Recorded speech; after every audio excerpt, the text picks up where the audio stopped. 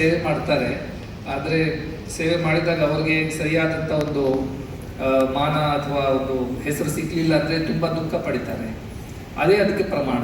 ಯಾರು ನೋಡಲಿಲ್ಲ ಅಂದರೆ ಕೂಡ ನಾವು ಸೇವೆ ಮಾಡ್ತಾ ಇರಬೇಕು. ಎಲ್ಲೋ ನೋಡಬೇಕು, ಆವಾಗಲೇ ಮಾಡಿದರೆ ಅದು ನಿಜವಾದಂಥ ಸೇವೆನೂ ಅಲ್ಲ.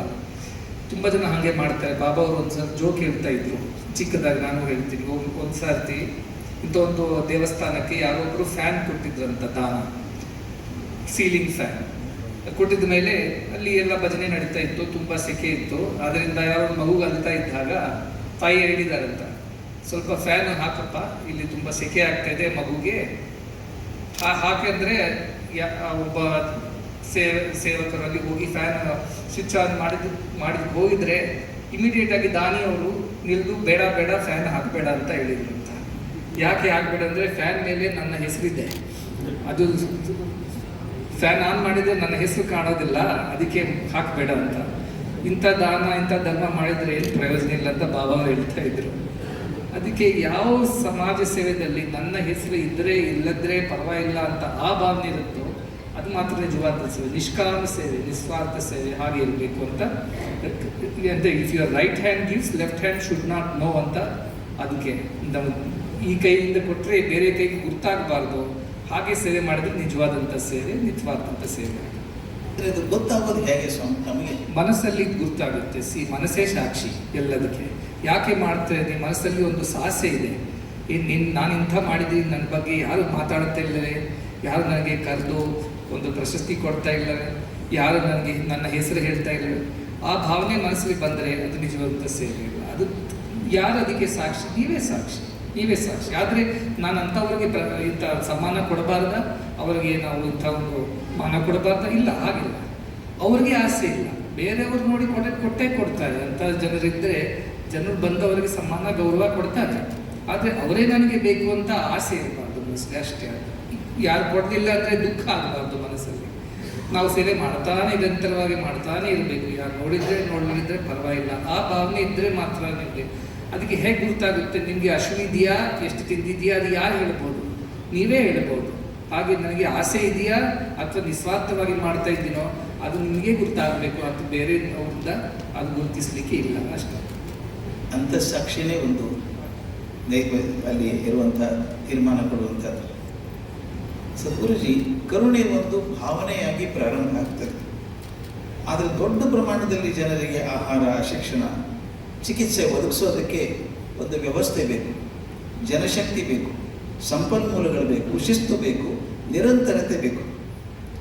ಒಂದು ಅಧ್ಯಾತ್ಮದ ಶ್ರದ್ಧೆಯನ್ನು ಹೀಗೆ ಸಂಪೂರ್ಣ ಉಚಿತವಾಗಿ ಹಾಗೆ ಮಾನವ ಗೌರವವನ್ನು ಕಾಪಾಡುತ್ತಾ ನೀಡಬಲ್ಲಂಥ ಸಂಸ್ಥೆಗಳನ್ನಾಗಿ ನೀವು ಹೇಗೆ ರೂಪಾಂತರ ಮಾಡಿದ್ರಿ? ಇದು ನಿಜವಾದಂಥ ಬಾಬಾ ಅವರ ತತ್ವ. ಅವ್ರು ಹೇಳಿದ್ರು, ಎಲ್ಲರೂ ನಮ್ಮವರು ಅಂತ ನಿಜವಾಗಿ ನಾವು ಭಾವಿಸಿದರೆ ಅವ್ರನ್ನ ಈ ಫೀಸ್ ತಗೊಳ್ಳೋದು, ಚಾರ್ಜ್ ಮಾಡೋದು ಹೇಗೆ ಸಾಧ್ಯ? ಒಂದು ತಾಯಿ ಮಗುವಿಗೆ ಒಂದು ಹಸಿವಾಗಿದ್ದರೆ ಅವರು ಮಗು ಹೋಗಿ ತಾಯಿಗಳು ಕೇಳ್ತಾರೆ, ನನಗೆ ಹಸಿವು ಆಗ್ತಾ ಇದೆ ಅಮ್ಮ, ಯಾರು ತಿಂಡಿ ಕೊಡಿ ಅಂತ. ಅಮ್ಮ ಒಂದು ದೋಸೆ ಮಾಡಿಕೊಡ್ತಾಳೆ. ಆದರೆ ದೋಸೆ ಜೊತೆಗೆ ಒಂದು ಬಿಲ್ ಕೊಡಲ್ಲ, 20 ರೂಪಾಯಿ ದೋಸೆಗೆ ನಿಮಗೆ ಇವತ್ತು ಅಂತ. ಯಾಕೆ ಕೊಡಲ್ಲ? ದೋಸೆಗೆ ಒಂದು ಬೆಲೆ ಇದೆ, ಖರ್ಚಾಗುತ್ತೆ, ಆದರೆ ತಾಯಿ ಕೊಡಲ್ಲ. ಯಾಕೆಂದರೆ ನನ್ನ ಮಗು ಅಂತ, ನನ್ನ ಕುಟುಂಬದ ಸದಸ್ಯ ಅಂತ ಭಾವನೆ ಇರುತ್ತೆ. ವಸುದೈವ ಕುಟುಂಬಕಂ ಅಂತ, ಒನ್ ವರ್ಲ್ಡ್ ಒನ್ ಫ್ಯಾಮಿಲಿ ನಾವೆಲ್ಲ ಹೇಳ್ತಾ ಇದ್ವಿ. ಅದು ನಿಜವಾಗಿ ನಾವು ಅದರಲ್ಲಿ ನಮಗೆ ನಿಜವಾದಂಥ ವಿಶ್ವಾಸ ಇದ್ದರೆ ಇದು ಹೇಗೆ ಸಾಧ್ಯ? ಅವರ ಹತ್ರ ಕೇಳಿದ್ದು ಸಾಧ್ಯನೇ ಇಲ್ಲ. ಅವರು ದಾನ ಮಾಡಿದ್ದೆ ಅದು ಬೇರೆ ವಿಷಯ, ಆದರೆ ಅವರಿಗೆ ಸಾಮರ್ಥ್ಯ ಇಲ್ಲ ಅಂದರೆ ನಾವು ಕೇಳಬಾರ್ದು ಅಂತ. ಅದು ಬಾಬಾ ಅವರ ತತ್ವ. ಅವ್ರ ಜೀವನದಲ್ಲೇ ಅವರು ಬಹುಶಃ ಹಲವಾರು ಹಾಸ್ಪಿಟಲ್ಸು, ಕಾಲೇಜಸ್, ನಾನು ಅಲ್ಲೇ ಓದಿದ್ದೀನಿ, ನನಗೂ ಫ್ರೀಯಾಗಿ ಅವರು ವಿದ್ಯಾದಾನ ನೀಡಿದರು ಆ ಕಾಲದಲ್ಲಿ. ಅದನ್ನು ನೋಡಿ ನನಗೆ ಒಂದು ಪ್ರೇರಣೆ ಬಂತು. ನಾವು ಅಂದ್ಕೊಂಡೆ ಹೀಗೆ ನಾವು ಮಾಡಬೇಕು ಅಂತ. ಮೊದಲನೇ ಶಾಲೆ ಇಲ್ಲಿ ಗುಲ್ಬರ್ಗನಲ್ಲಿ ನಾವು ಸ್ಟಾರ್ಟ್ ಮಾಡಿದೆ, ಕಮಲಾಪುರದಲ್ಲಿ ಸ್ಟಾರ್ಟ್ ಮಾಡಿದರೆ ಎಷ್ಟು ಜನ ಬಡವರು ಬಂದಿದ್ದರು. ಅವ್ರ ಜೀವನ ನೋಡಿದಿರುತ್ತೆ ತಾನೇ ಮಹಾದೇವ್ ಅವರು ಮಾತಾಡಿದ್ದಾನೆ. ಅವ್ರ ಕತೆ ಕೇಳಿದ ಮೇಲೆ ನಿಮ್ಗೆ ಅನಿಸುತ್ತಾ ಇವನ್ನು ಸ್ವಲ್ಪ ನಾವು ಚಾರ್ಜ್ ಮಾಡಲೇಬೇಕು, ಅಲ್ಪ ಸ್ವಲ್ಪನೇ ಕೊಡಿ, ಏನಿಲ್ಲ ಅಂದರೆ ಒಂದು 1000 ರೂಪಾಯಿನೇ ಕೊಡಿ, ಅದು ಕೇಳಬಹುದಾ? ಅದು ನಿಜಾನ? ಅದು ನ್ಯಾಯನ ಅಂತ ನಾವು ನಮ್ಮನ್ನೇ ನಾವು ಪ್ರಶ್ನಿಸಿದ್ದೀವಿ. ಅದನ್ನು ನೋಡಿದ ಮೇಲೆ ನನಗೆ ಅನಿಸುತ್ತೇ ಇಲ್ಲ. ಪ್ರಾಚೀನ ಭಾರತದಲ್ಲಿ ವಿದ್ಯೆ ಆಗಲಿ, ವೈದ್ಯ ಸೇವೆ ಆಗಲಿ, ಅಥವಾ ಅನ್ನ ಸೇವೆ ಆಗಲಿ, ಯಾವುದಕ್ಕೆ ಕೂಡ ನಾವು ಹಣ ತಗೊಳ್ತಾ ಇಲ್ಲ.